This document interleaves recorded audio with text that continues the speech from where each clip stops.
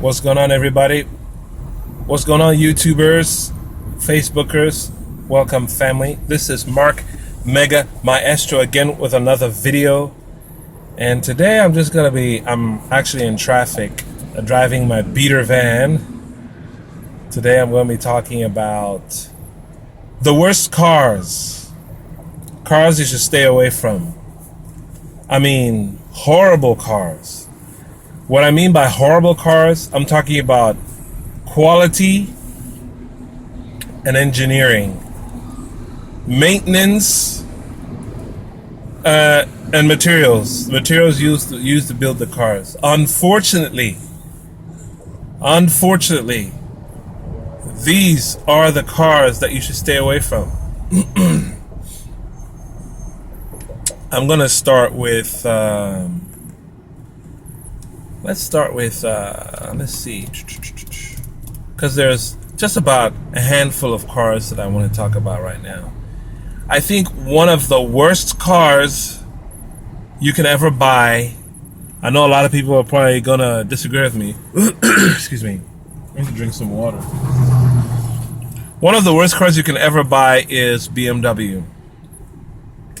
And the reason why I say that is because the majority of people that buy BMWs don't know how to work on cars. That's number one, which makes it even worse. If you know how to work on cars, or a little bit of how to work on cars, well, great, good for you. You're still going to not like BMWs. I know I watch some people on YouTube that actually deal with BMWs, and they have a lot of content. They have a lot of content because they're always fixing the car. And BMW is one of those cars. I'm so sorry, I just blocked.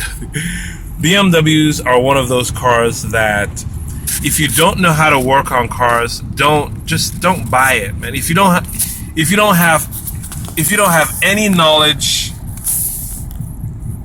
of cars, don't buy a BMW. It's just not a good idea. I mean, it's horrible. I mean, the quality, the craftsmanship. I mean, if you buy one brand new from the dealership, I'm sorry about that. I just put my hand over the camera. I'm probably putting my hand over the microphone too. Oh, look at that. Shame. Let me adjust this. Okay. There we go. I think that's better.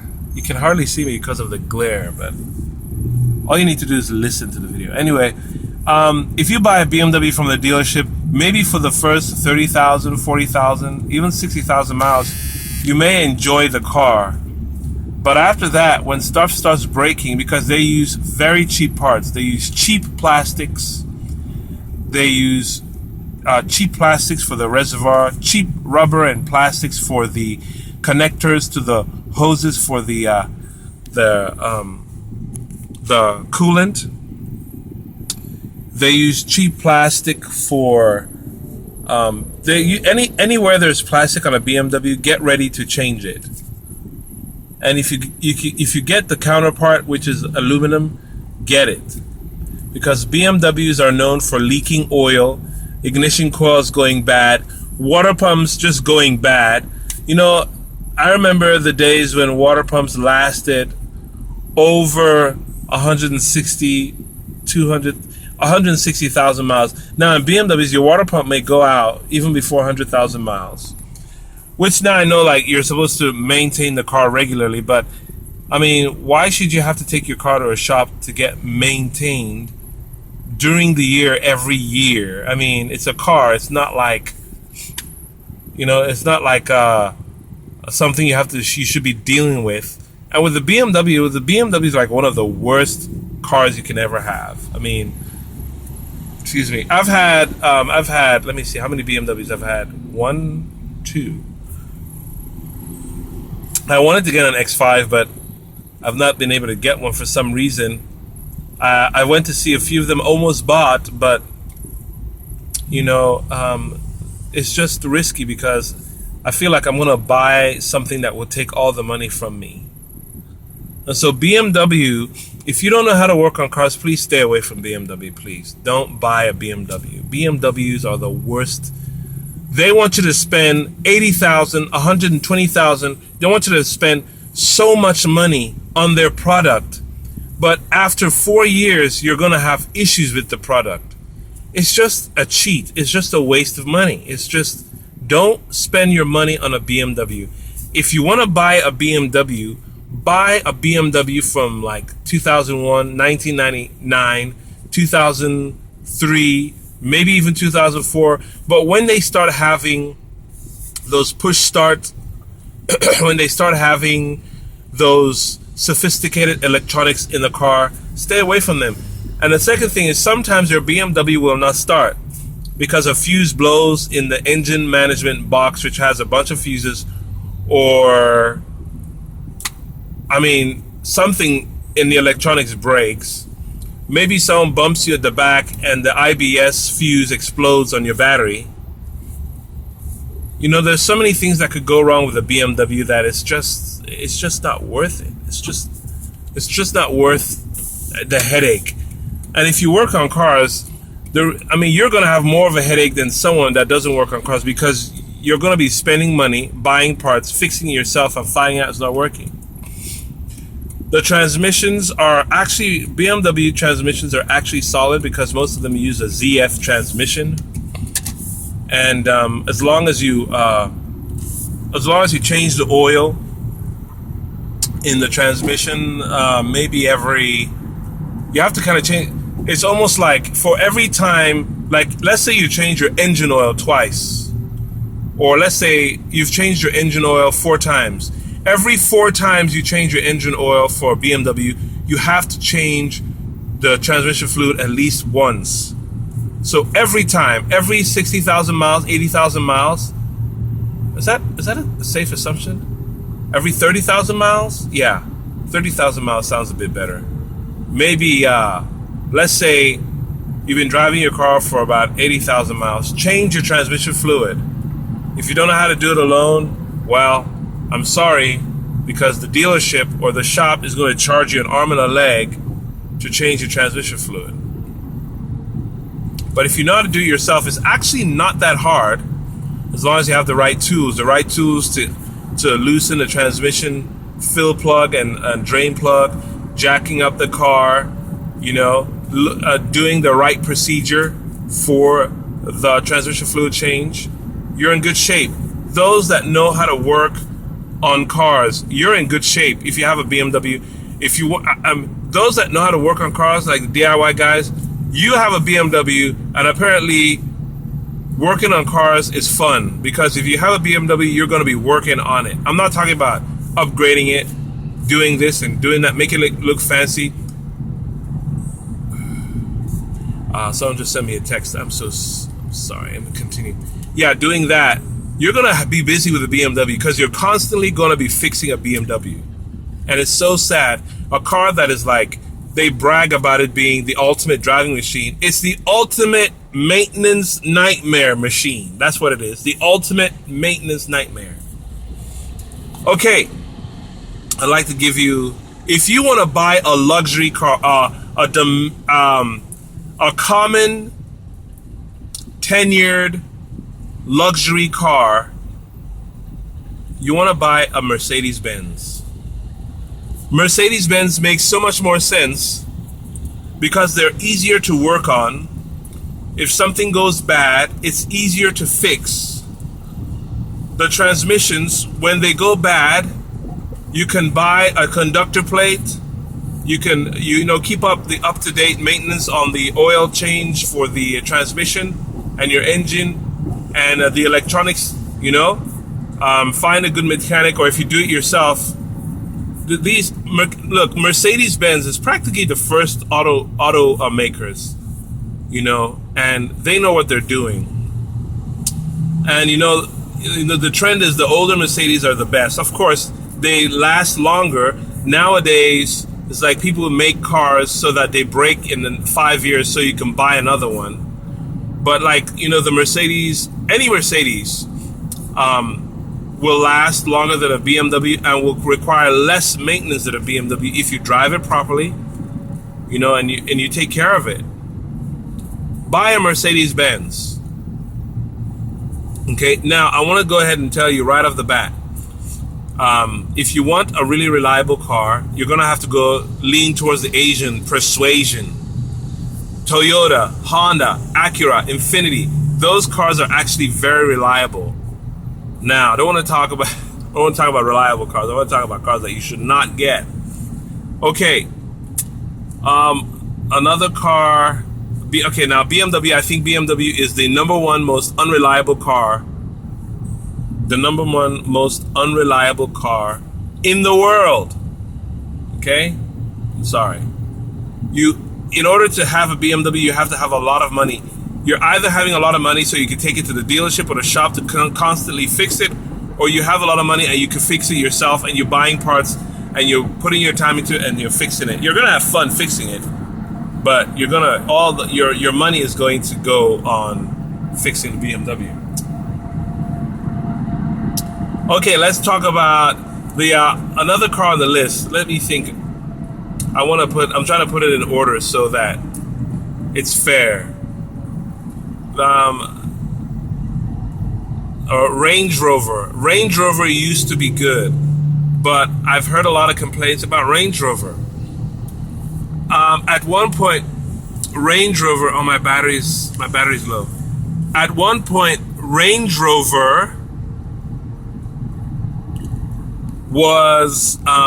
Range Rover had BMW components, especially that engine. I think it's like an M62 or some sort of like engine like that, of that nature. But at one point, BMW owned Range Rover, and the engines of the BMW were in the Range Rover. So guess what? A lot of the parts of BMW were in the Range Rover. I think from the year 2003 upwards to 2011 or some sort. I don't know. I think 2003 to 2006. I think we started getting Ford products in Range Rover, and then I don't know what's going on now. I think it's Ford, but Range Rover, one of the don't buy a Range Rover. If you have a lot of money to waste, you just want to throw away money, Range Rover. It's one of the worst cars you can ever buy. It's just it doesn't make any sense to own a Range Rover. There's so much, I mean, the parts they put on the car, when you're rich and you buy a Range Rover, when you're rich and you buy a car, right? You want to put your money into a car that is reliable, not just to show off, right? You're not buying a car just to show off. If you're buying a car, right, you don't want to just show off. You also want it to be reliable. You want to be able to drive it across the country, like, you want to be able to drive from Houston to Dallas and not have any problems. You want to be able to drive around town, You want to enjoy the car. But Range Rovers have issues. I went to a dealership today, and the dealership manager was talking about how Range Rovers are so unreliable that someone bought a Range Rover at a dealership, a brand new one, and the next day he was having problems with the car.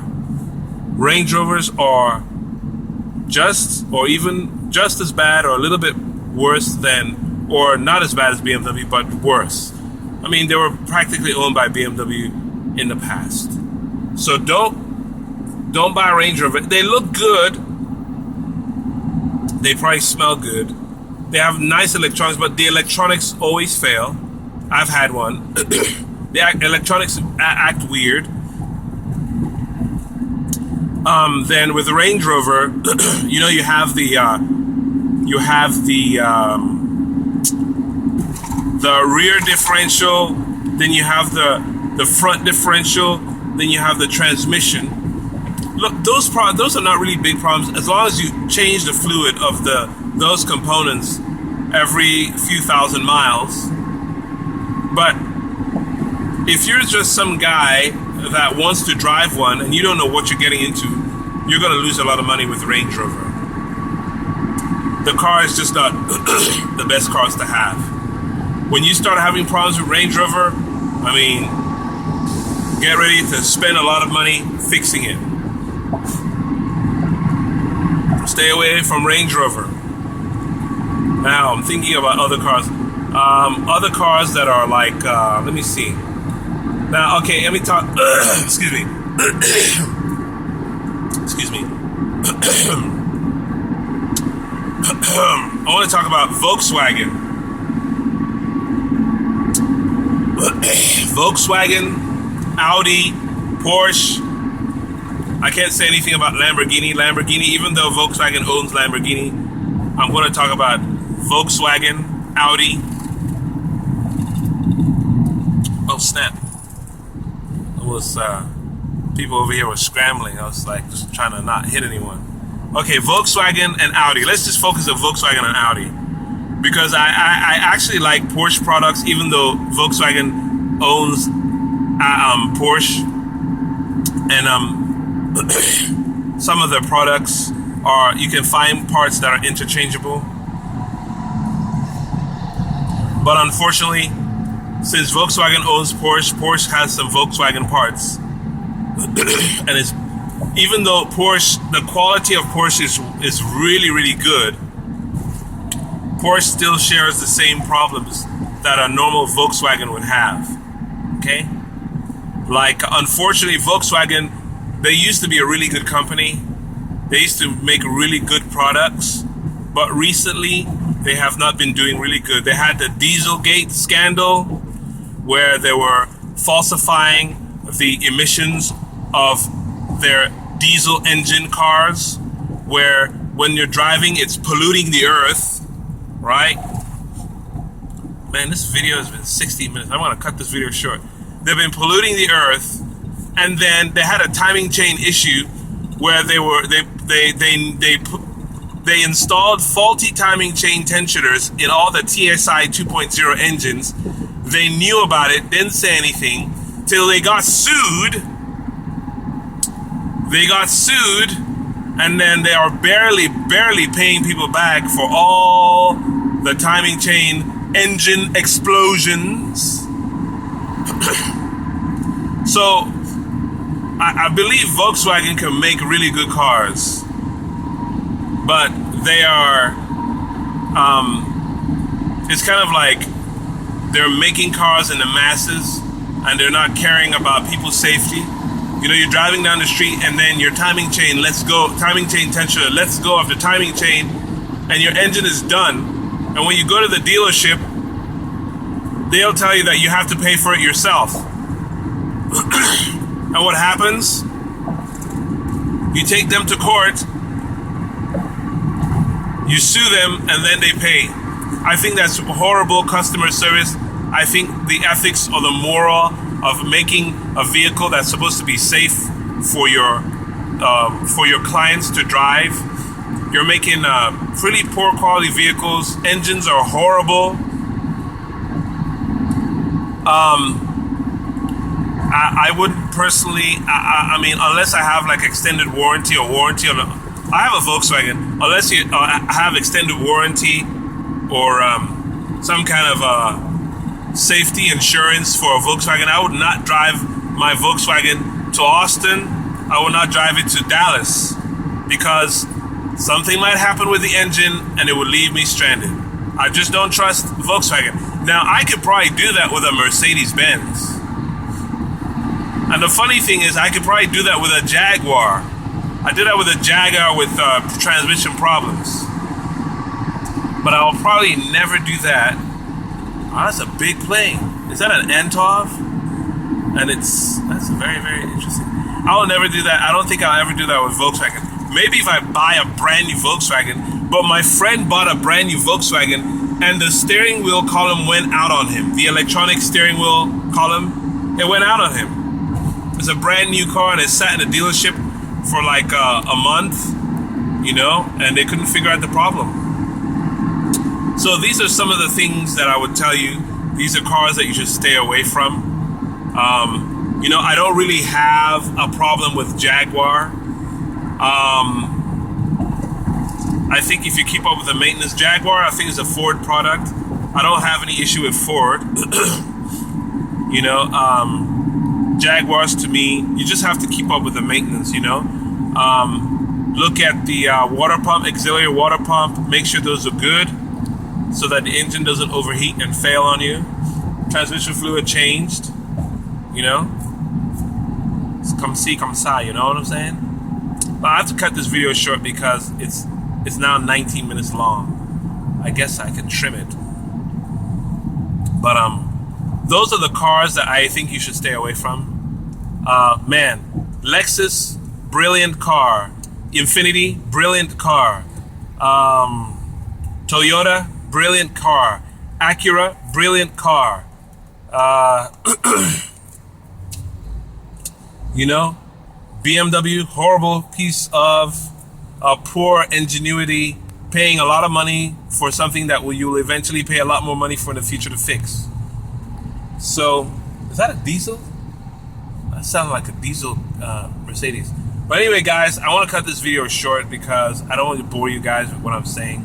But please like and subscribe my channel. This is just my personal view on what car you should get. Of all the cars that I've worked on, if you want a nice luxury car, Mercedes-Benz. Now, of course, you've got Maserati. Now, I wouldn't really, I want a Maserati. I want to just test it out and see how reliable it is. But I can't say much about a Maserati. I can't say much about a Rolls Royce. Oh my, I think, is it Rolls Royce? No, it was Bentley. Is it Bentley that, is it BMW that does a Rolls Royce, the engine? Oh dear. Well, anyway, guys, please like and subscribe. I hope you had fun in this video. Whatever you think, like if you have a different opinion about BMW, please put it in the comments section. Like or dislike the video. Please like and subscribe. This is Mark Mega Maestro.